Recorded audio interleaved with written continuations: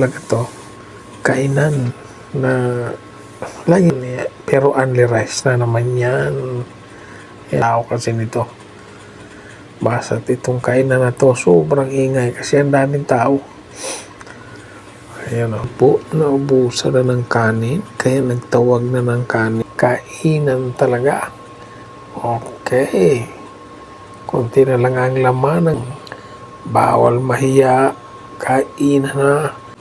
Hello. Magandang araw po. Ay, isang sulok lang tayo ng mundo. Magandang araw po sa ating lahat. Ito po, mamasyal po muna kami magpamilya.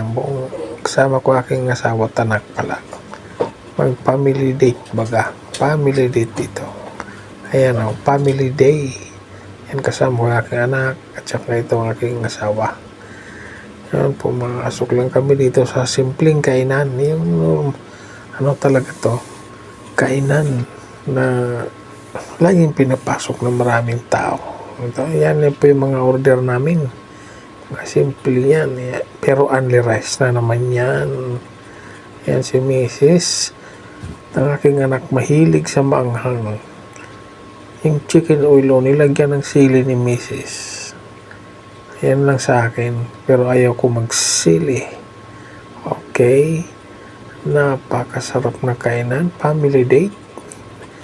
Paminsan-minsan lang naman. Ayan po, kainan na.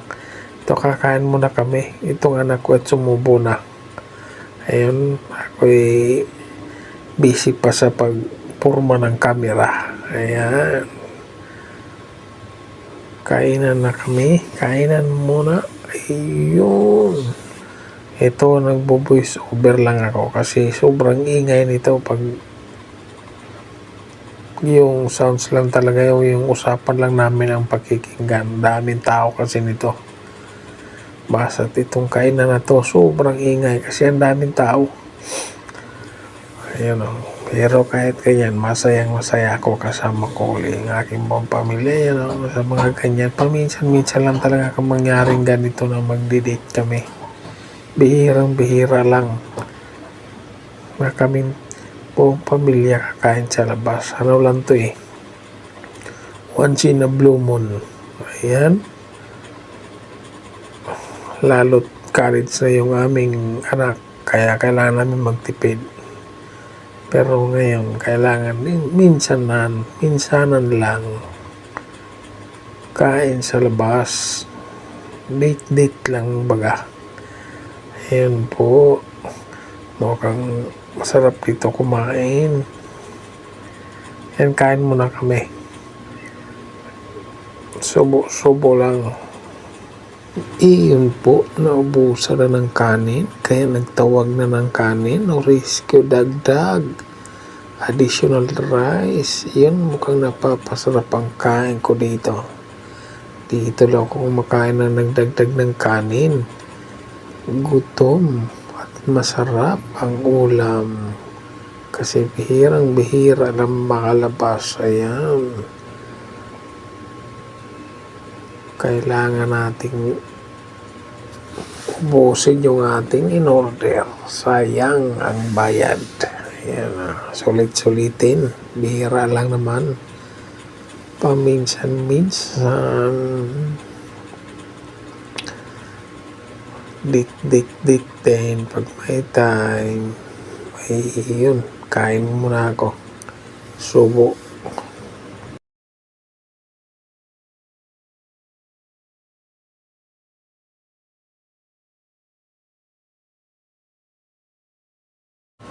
Iyon o, ipisto ko nga ang camera sa harap.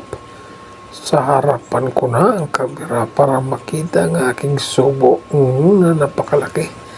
Pero mukhang nagreklamo ang aking asawa. Huwag daw iharap sa kanya, makita ang kanyang malaking subo. Iyon. Pero ako hala, sige bira, kasi gutom siya.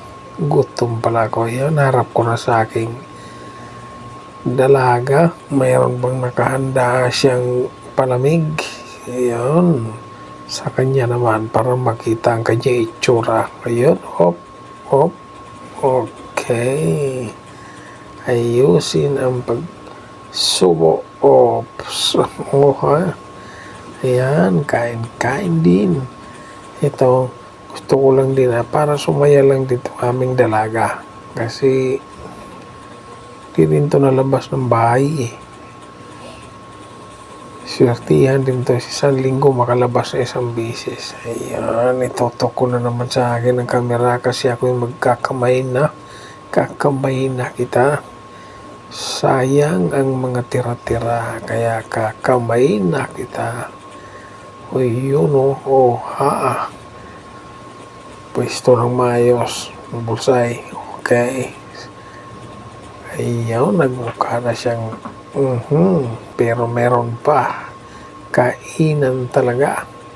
Okay. Kunti na lang ang laman ng chicken ko, pero kain pa rin. Pwede na. Ayan ayos na. May laman pa. Para hindi sayang kain na gusto. Subo, kamayin ko na ito. Kamay na.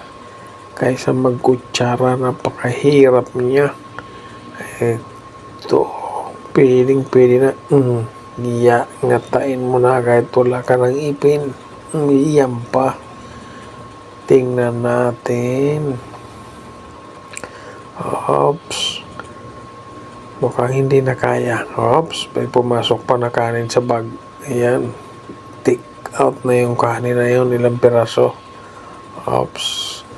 Kamay lang. Sayang ang tira-tira. Ayun po. Mukhang pwede na. Ayan o. Natain mo na gusto. Bawal mahiya. Kain na. Subo pa. Okay.